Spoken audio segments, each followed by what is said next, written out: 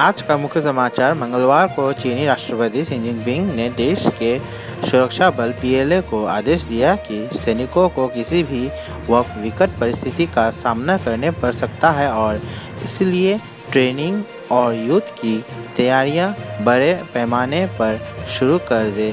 साथ ही देश के संप्रभुता और अखंडता को किसी भी कीमत पर सुरक्षित रखने के लिए कहा गया है।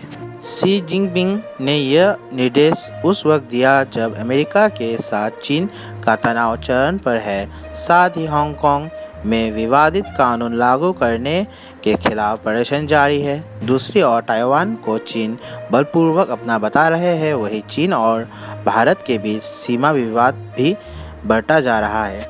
अब लद्दाख में भारतीय सेना भारी मात्रा में तैनात की गई है और चीन भी इन गतिविधियों को अनदेखा नहीं कर रहा। चीन समझ गया है कि इस वक्त वो पूरी तरह से फंस गए हैं विदेशी ताकतों के साथ अब उसे अंदरूनी विद्रोह का भी सामना करना पड़ेगा और शायद इसीलिए सैनिकों को तैयार रखने के लिए कहा गया। लेकिन कल यानी बुधवार को चीन के विदेश मंत्रालय ने कहा कि भारत के साथ सीमा पर स्थिति समग्र रूप से स्थिर और नियंत्रणीय है और दोनों देशों के पास बातचीत और परामर्श के माध्यम से मुद्दों को हल करने के लिए उचित तंत्र और संचार चैनल है। इसी बीच अमेरिकी राष्ट्रपति डोनाल्ड ट्रंप ने ट्वीट किया कि वो भारत और चीन के बीच चल रहे सीमा विवाद को मध्यस्थता करने में सक्षम है।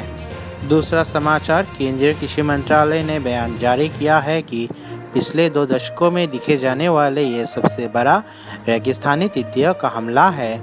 आमतौर पर ये तितलियां हर साल पाकिस्तान की सीमा पार कर पश्चिम भारत में राजस्थान और गुजरात तक सीमित रहते हैं, लेकिन इस साल मौसम तितलियों के लिए अनुकूल बना रहा और हवा के मदद से यह कितने काफ़ी दूर तक फैल गई।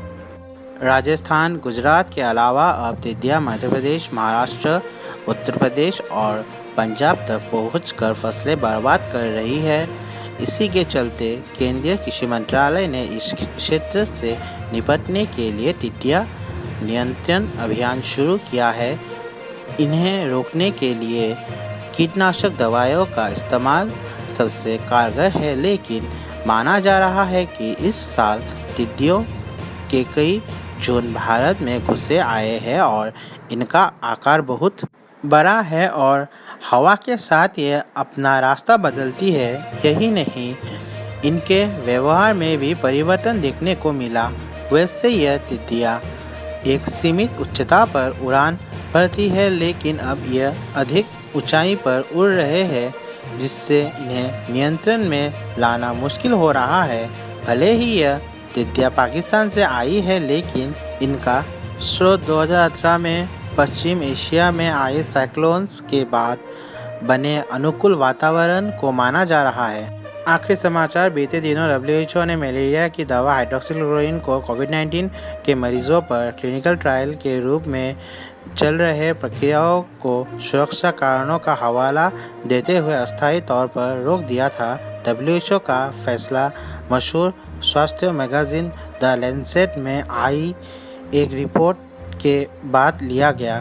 द लैंसेट के एक रिपोर्ट में यह दावा किया गया है कि हाइड्रोक्सीक्लोरोक्विन लेने वाले कोरोना मरीजों की मौत की संख्या हाइड्रोक्सीक्लोरोक्विन नहीं लेने वाले मरीजों की संख्या में ज़्यादा है। इसी के चलते अब फ्रांस, इटली और बेल्जियम ने भी हाइड्रोक्सीक्लोरोक्विन का इस्तेमाल पर प्रतिबंध लगा दी है। वहीं दूसरी तरफ Indian council of medical research ने दावा किया कि भारत में चल रहे शोध से अब तक हाइड्रोक्सीक्लोरोक्विन के इस्तेमाल से कोई बड़ा साइड इफेक्ट देखने को नहीं मिला है और इसीलिए कोविड-19 के इलाज में इसका इस्तेमाल जारी रहना चाहिए।